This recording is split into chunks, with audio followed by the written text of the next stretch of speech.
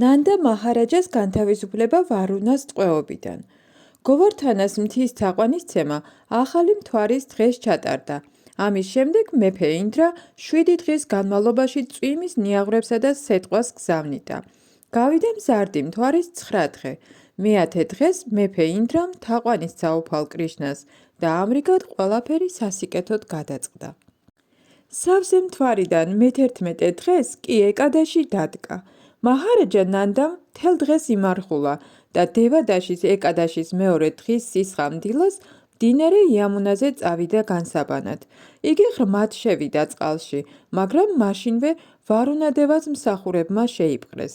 მათ ნანდა მაჰარაჯა ნახევარღმერთ ვარუნას მიჰგვარეს და უდროო დროს ბანაობაში დასდეს ბრალი. ასტრონომიული გამოთვლების თანახმად, დრო როცა იგი იბანებოდა, დემონურად ითვლება. საქმე იმაში იყო, რომ ნანდა მაჰარაჯას მდინარე იამუნაში დილა-ადრიან ძის ამოსვლამდე სურდა განბანვა, მაგრამ როგორღაც ცოტა ადრე მოუვიდა და არასასიკეთო დროს განიბანა. ამის გამო იგი შეპყრობილ იქნა. როდესაც ნანდა მაჰარაჯა ვარუნას მსახურებმა წაიყვანეს, მისი თანხლებლები კრიშნასა და ბალარამას ხმამაღლა მოხმობას შეუდგნენ. კრიშნა და ბალარამა მაშინვე მიხვდნენ, რომ ნანდა მაჰარაჯა ვარუნას წაეყვანა, ამიტომაც ვარუნას სამყოფელისკენ გასწიეს. რამე თუ ვალდებულნი იყვნენ, მფარველობა გაეწიათ მისთვის. არ ჰყავდათ რა სხვა თავშესაფარი, ღმრთების უზენაესი პიროვნების გარდა, ვრინდავანის მცხოვრებლები, უფლის წმინდა ერთგულები ბუნებრივია კრიშნას უხმობდნენ საშველად, მსგავსად ბავშვებისა, რომელთაც მშობლების გარდა მფარველად არავინ ეგულებათ. ნახევარღმერთმა ვარუნამ დიდი პატივისცემით მიიღო უფალი კრიშნა და ბალარამა და თქვა: ჩემო ძვირფასო უფალო, სინამდვილეში სწორედ ახლა თქვენი აქ ყოფნით ჩემი ნახევარღმერთ ვარუნას ცხოვრება წარმატებულია. თუმცა მე წყალში არსებული ყოველი განძის მფლობელი ვარ, ვიცი რომ ამგვარი ქონება სიცოცხლეში წარმატებას ვერ მომიტანს. მაგრამ ახლა, როცა თქვენ გიყურებთ, სიცოცხლე წარმატებულად მექცა, რადგან თქვენი ნახვის წყალობით აღარ მომიწევს მატერიალური სხეულის მიღება. ამიტომ, ო უფალო, ღმრთების უზენაესო პიროვნებავ, უზენაესო ბრაჰმანო და ყოვლის ზესულო, ნება მიბოძე, მოწიწებით გცე თაყვანი, შენ ხარ უზენაესი ტრანსცენდენტული პიროვნება. შეუძლებელია მატერიალურმა ბუნებამ თავისი გავლენა მოგახვიოს. ძალიან მწუხვა, რომ ჩემმა სულელმა მსახურებმა არ იცოდნენ რა როგორ მოქცეულიყვნენ და როგორ არა შეცდომით შეიპყრეს მამაშენი ნანდა მაჰარაჯა. ამიტომ პატიებას გთხოვ, ჩემი მსახურების დანაშაულის გამო. ვფიქრობ, ეს შენი განზრახვა იყო, რომ აქ მოსვლით ჩემ დამიწყალობა გამოგეჩინა. ჩემო ძვირფასო უფალო კრიშნა, გოვინდა, იყავ მოწყალე ჩემს მიმართ. აი მამაშენი, შეგიძლია დაუყოვნებლივ წაიყვანო. ასე იხსნა უფალმა კრიშნამ ღმრთების უზენაესმა პიროვნებამ მამამისი და დიდად გახარებულმა იგი მის მეგობრებს წარუდგინა.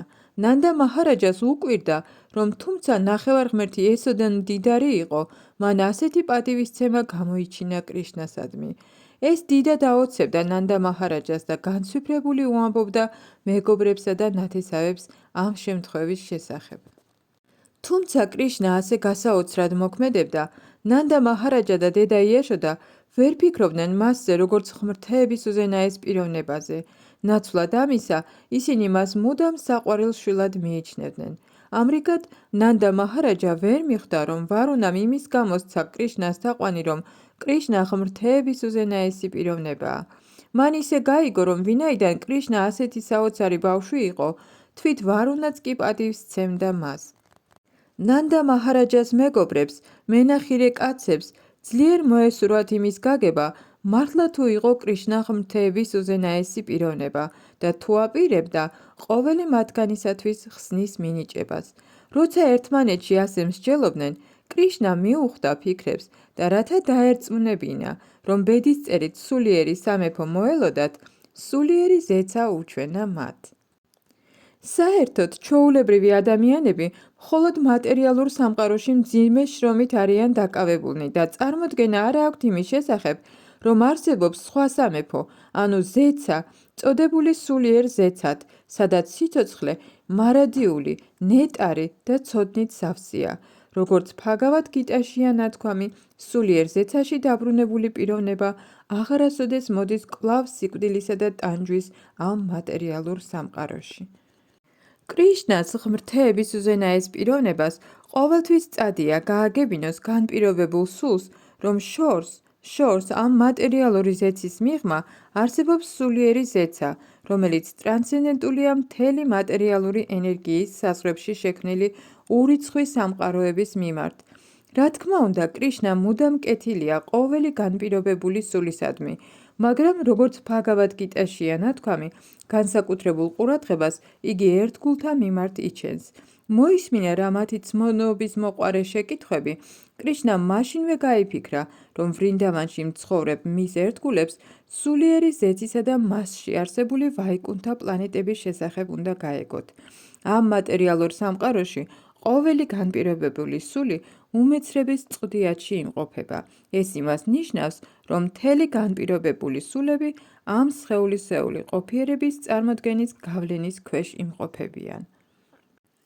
ყველას გონია, რომ თითქოს ამ მატერიალურ სამყაროს ეკუთვნის და სიცოცხლეზე ამგვარი წარმოდგენით სიცოცხლის სხვადასხვა ფორმაში მყოფნი უმეცრებაში მოქმედებენ. ამ გარკვეული სახის სხეულის მოქმედებებს ეწოდება კარმა, ანუ კარმიული მოქმედებები. სხეულისეული კონცეფციის მქონე ყოველი განპირობებული სული თავისი გარკვეული სახის სხეულის შესაბამისად მოქმედებს. ეს მოქმედებები ხდება მიზეზი მათი მომავალი განპირობებული სიცოცხლისა. იმის გამო, რომ მცირე წარმოდგენა აქვთ სულიერი სამყაროს შესახებ, ჩვეულებრივ არ ასრულებენ სულიერ საქმიანობას, რომელსაც ბჰაქტი იოგა ეწოდება. ისინი, ვინც წარმატებით ასრულებენ ბჰაქტი იოგას, ახლანდელი სხეულის დატოვების შემდეგ პირდაპირ სულიერ სამყაროში მიდიან და ერთ-ერთ ვაიკუნთა პლანეტაზე იდებენ ბინას. ვრინდავანის ყველა მცხოვრები წმინდა ერთგული გახლავთ. სხეულის დატოვების შემდეგ მათი დანიშნულების ადგილი კრიშნა ლოკაა. ისინი თვით ვაიკუნთა ლოკებზე მაღლა ადიან. ფაქტია, რომ მათ, ვინც მუდამ კრიშნას ცნობიერებაში და მომწიფებულ წმინდა ერთგულ სამსახურში არიან დაკავებულნი, სიკვდილის შემდეგ მატერიალურ სამყაროში არსებულ სამყაროებში კრიშნასთან ურთიერთობის მიღწევის შესაძლებლობა ეძლევათ. კრიშნას გართობები განუწყვეტლი მიმდინარეობს ამ სამყაროში თუ სხვაში, სწორედ ისე, როგორც მზე გადაუვლის მრავალ ადგილს პლანეტა დედამიწაზე. ასევე კრიშნა ლილა, კრიშნას ტრანსცენდენტული მოვლინება და გართობებიც განუწყვეტლივ გრძელდება ან სხვა სამყაროში. სრულყოფილი ერთგულები, რომელთაც სრულყოფილ კრიშნას ცნობიერებას მიაღწიეს, მაშინვე იმ სამყაროში ინაცვლებენ, სადაც კრიშნა ევლინება. იმ სამყაროში ერთგულებს კრიშნასთან პირადი და უშუალო ურთიერთობის შესაძლებლობა ეძლევათ. იქ მათი წვრთნა გრძელდება, როგორც ამას ამ პლანეტაზე, კრიშნას ვრინდავანა ლილაში ვხედავთ. ამიტომ აჩვენა კრიშნამ ვაიკუნთა პლანეტების ჭეშმარიტი სახე, რათა ვრინდავანის მცხოვრებლებს თავიანთი დანიშნულების ადგილის შესახებ სცოდნოდათ. ამდენად კრიშნამ მათ მარადიული, მუდამ არსებული სულიერი ზეცა უჩვენა, რომელიც უსასრულოა და ცოდნით სავსე. ამ მატერიალურ სამყაროში სახეობათა სხვადასხვა გრადაციები არსებობს და ამ გრადაციების მიხედვით ცოდნაც შესაბამისად ვლინდება. მაგალითად, ბავშვის სხეულში ცოდნა ნაკლებად სრულყოფილია, ვიდრე მოზრდილის სხეულში. ცოცხალ არსებათა სხვადასხვა გრადაციები ყველგან არსებობს: წყლის ბინადრებში, მცენარეებსა და ხეებში, ქვეწარმავლებსა და ცხოველებში, ფრინველებსა და მხეცებში და ადამიანთა ცივილიზებულ თუ არაცივილიზებულ ფორმებში. ადამიანის სიცოცხლის სახეობაზე მაღლა დგანან ნახევარღმერთები, ჩარანები და სითები, რომლებიც მაღლა ბრაჰმალოკაზე, უფალი ბრაჰმას სამყოფელში ცხოვრობენ და ამ ნახევარღმერთებს შორისაც ცოდნის სხვადასხვა გრადაციები გვხვდება. მაგრამ ამ მატერიალური სამყაროს მიღმა ვაიკუნთა ზეცაში ყველა ცოდნითაა სავსე.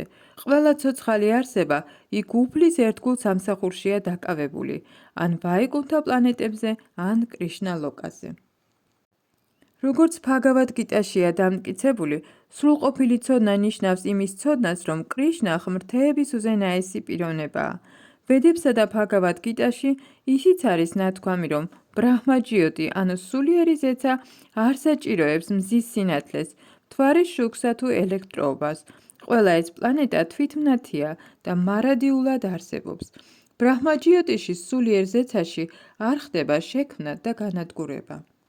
ბჰაგავად გიტაში დამტკიცებულია ისიც, რომ მატერიალური ზეცის მიღმა არის სხვა მარადიული ზეცა, სადაც ყველაფერი მარადიულია.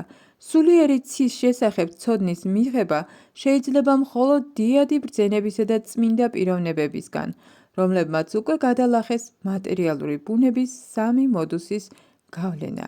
ამ საფეხურზე განმტკიცებამდე შეუძლებელია სულიერი ბუნების გაგება. ამიტომ რეკომენდირებულია, რომ ადამიანი ფაქტი იოგას გზას დაადგეს და დღეში 24 საათი კრიშნას ცნობიერებაში იყოს დაკავებული, რომელიც მას მატერიალური ბუნების მოდუსის შეხებისგან იცავს. კრიშნას ცნობიერებაში მყოფი პიროვნებები ადვილად იგებენ სულიერ ზეცასა და ვაიკუნთა ლოკას. ამიტომ ვრინდავანის მცხოვრებლებს გამუდმებით იმყოფებოდნენ რა კრიშნას ცნობიერებაში იოლად შეეძლოთ ვაიკუნთა ლოკების ტრანსცენდენტული ბუნების გაგება.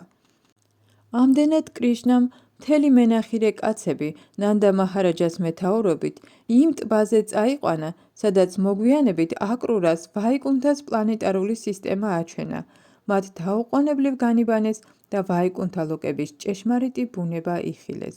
სულიერი ზეცისა და ვაიკუნთა ლოკების ნახვის შემდეგ ნანდა მაჰარაჯათი დაწყებული ყველანი საოცარ ნეტარებაში იყვნენ და წყლიდან ამოსულებმა დაინახეს კრიშნა, რომელსაც შეუდარებელი ლოცვებით ეთაყვანებოდნენ. ჰარე კრიშნა.